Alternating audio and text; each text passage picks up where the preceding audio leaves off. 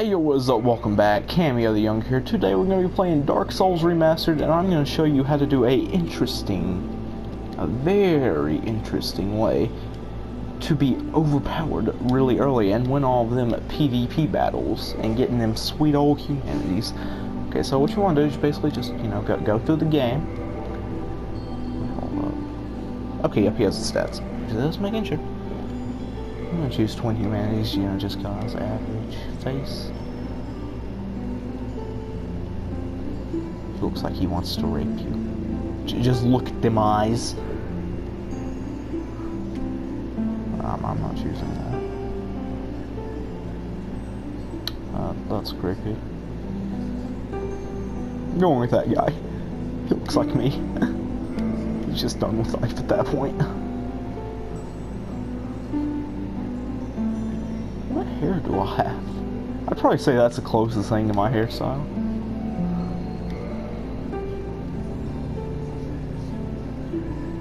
You see, some people say that my hair is dark brown, but if that's dark brown, and if that's black, and if you know me, then you know my hair looks like that. And this game's classifying it as black, therefore, I'm just gonna classify my hair as black from now on. Except, starting with this character, yes, and here we go. I used to have this game way back in the day. Back on Xbox 360 era. Let me tell you, this was an interesting game. Could barely play it, but eventually, I got to where I was really good at it.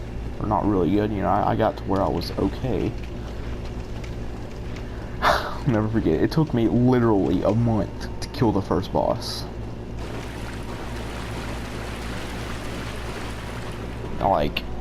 And I'll show you the first boss, like how much of a pushover he is. Like, it's ridiculous.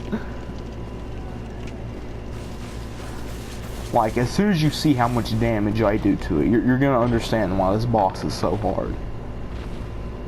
If you've played Dark Souls, you know that I'm making a joke at this point.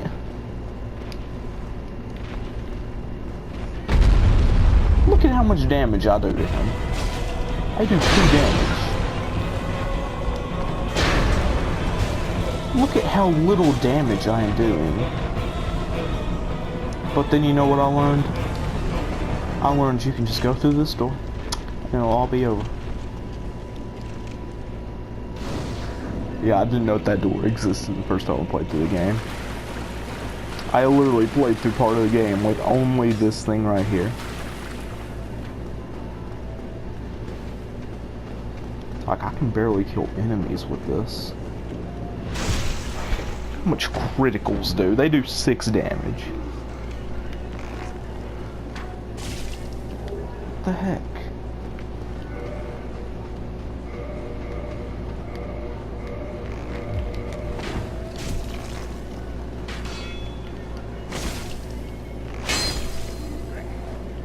And then I found the longsword.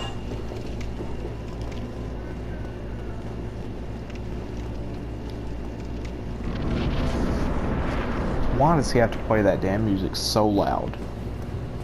It's like he knows I'm recording. So fucking oblivious. So you're just gonna, let that way you can get your good old Sunny D. That's this flask over here. Yes, yeah. That's this flask, thank you. And that too.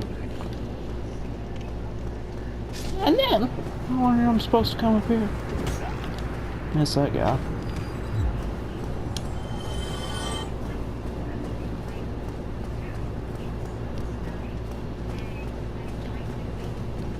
Can I get by? Kind of going with that flurry.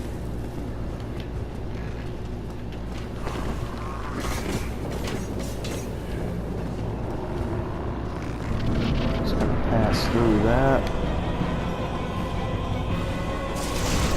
Look at that damage, man. Can't deny that's some good damage.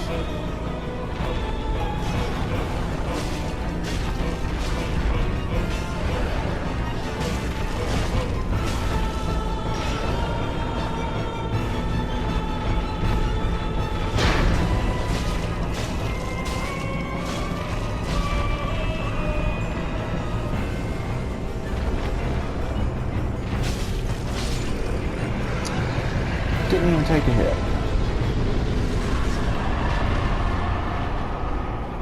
Okay, first boss. That was relatively easy. Don't worry, they get harder. Actually, no, they don't. Not for like the first half of the game, especially after this glitch. Or not really glitch. It's just this like little trick that pros can do, which I do classify myself as a Dark Souls pro. Okay, whenever it comes to PvE, I am the proest of players. No, I'm really not. A pro can run through this in literally no armor with the worst weapon in the game and kill everything. Like, it's no problem, but you know, I can kill every boss with relative ease, with a few exceptions. For instance, I'm decently good at most of the bosses in all of Dark Souls 3, except for 2.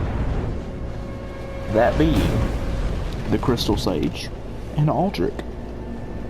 Them two can just they can just use their magic and it's over.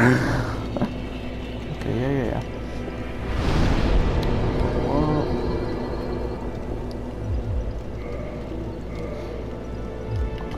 Have to get a few more souls.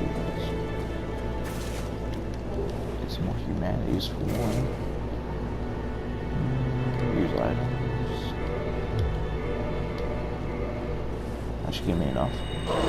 Yeah, sure, okay. And get strength up to 16. And your dexterity has to be at 13. There we go. You now have high enough attributes to use the Grave Lord Sword. It's pretty overpowered, especially early game, and given how easily you can get it if you know what you're doing, like, you can go through the first half of the game without even trying. Like, you do so much damage, like, the second boss in the game, you can pretty much one-shot it if you do the whole plunging method. But, like, it's whenever you get into the late game, especially if you haven't upgraded it. Okay, but what you want to do is you just want to run into here, run all the way down this corridor, keep to the right though, because you know there's not a staircase right there. Oh, come on, that's cheap. That's cheap.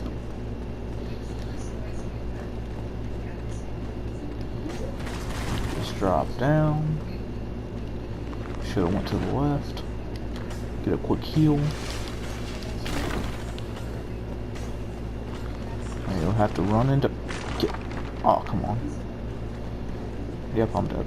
Okay, I might fail this one time. Oh, yep, I'm definitely gonna fail. As long as I can just get this in right quick. Yeah, I couldn't escape. I screwed up a little bit. Oh well, but I got that thing pushed in. That's all that matters. Now, after you push that in, if you haven't died yet, there's going to be a corridor. You go out that door and you take a left, you run all the way down it, and I'll show you what to do after you run down it. Just give me a minute. Bear with me.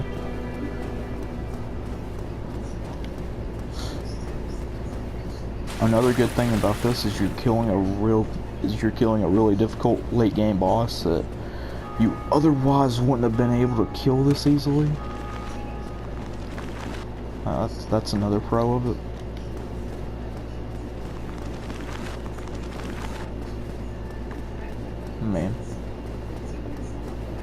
I mean, it's not really that hard of a boss.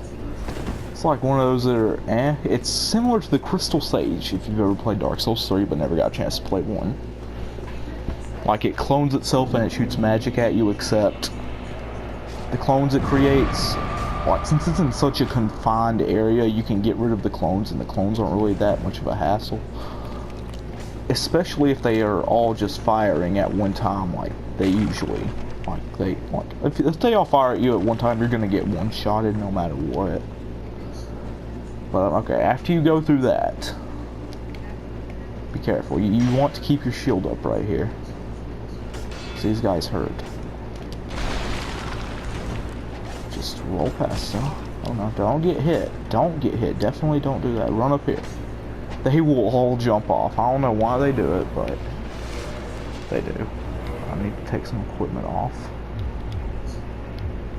Make sure I can skinny roll. Perfect. Okay. Don't go in there. You can go in there later. What you want to do is you just want to roll off of here. You'll land safely, don't worry. Especially if you do it right. Now, I mean, if you just roll completely to the left, you're obviously going to miss it. Heal up a little bit. Now you'll want to run all the way down here and pick up an item called, I think it's the Eye of Death. It should be something like that. You know, it has a pretty good edgelord sound. Now there's going to be an enemy right here. Just ignore him for the most part. Just roll past him, you know, no big deal. Pick up the Eye of Death. Oh no. Can't believe he missed. Okay, now, just get away from him and then hop into here. He can't hurt you. He'll just DR go and go over there. Now you just have to wait for a cutscene. It won't trigger without the Eye of Death, I don't think. I'm not sure though. I just like to go and get it, just cause. I'll just wait patiently for that cutscene.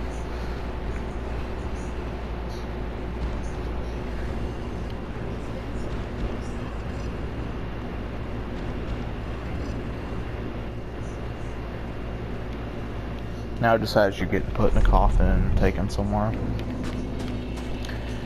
In a completely different place. Oh wow, what happened? What did you do? Cameo, why'd you do this to me? You just stranded me in the middle of nowhere. Well, actually you're at a late game boss area, and this guy, if you join his covenant, will give you a very good weapon. And a miracle if you're into that stuff. And you just leave. Change inventory. Grave Lord Sword. Now at first you'll only be able to use it like this, but don't worry, this is the only way you will have to use it.